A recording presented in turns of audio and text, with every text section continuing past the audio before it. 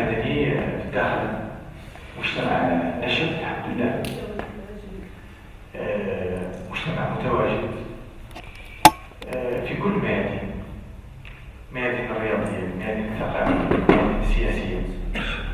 ولهذا أنا أقول أن هذا الملتقى دوره مهم جدا، وأعتقد بأن الأساتذة الكرام برئاسة الأخ طرابلسي يعني عندهم ما يقولون في هذا الميدان، ورحب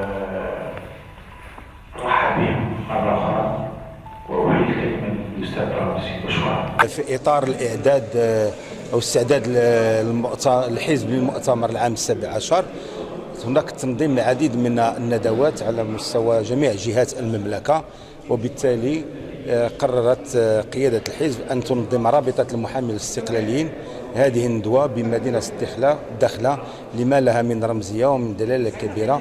وبالتالي هذه الندوة سوف تتحدث عن أدوار المجتمع المدني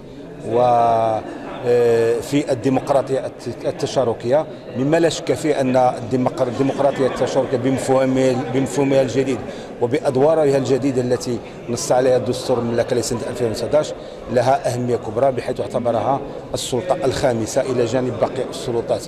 وبالتالي هذه الندوة سوف تكون ما لها وما عليها من مناقشات مع الفاعلين السياسيين ومع المجتمع المدني، وبالتالي هي مناسبة لفتح حوار ونقاش عمومي حول أدوار المجتمع المدني وخاصة في مدينة الداخلة. بطبيعة الحال سأشارك اليوم ضمن فعاليات يعني هذه الندوة التي ينظمها كل من قطاع المحاماة التابع لحزب الاستقلال وكذلك جهة الداخلة.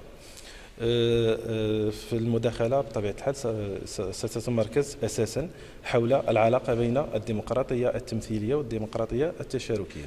يعني لماذا أصبح دستور 2011 ينص إلى جانب المقتضيات المتعلقة بالديمقراطية التمثيلية ينص كذلك على الديمقراطية التشاركية. الفرضية التي سننطلق فيها في البداية هي أن الديمقراطية التمثيلية تعرف أزمة يعني ماشي حقيقية ولكن تعرف أزمة.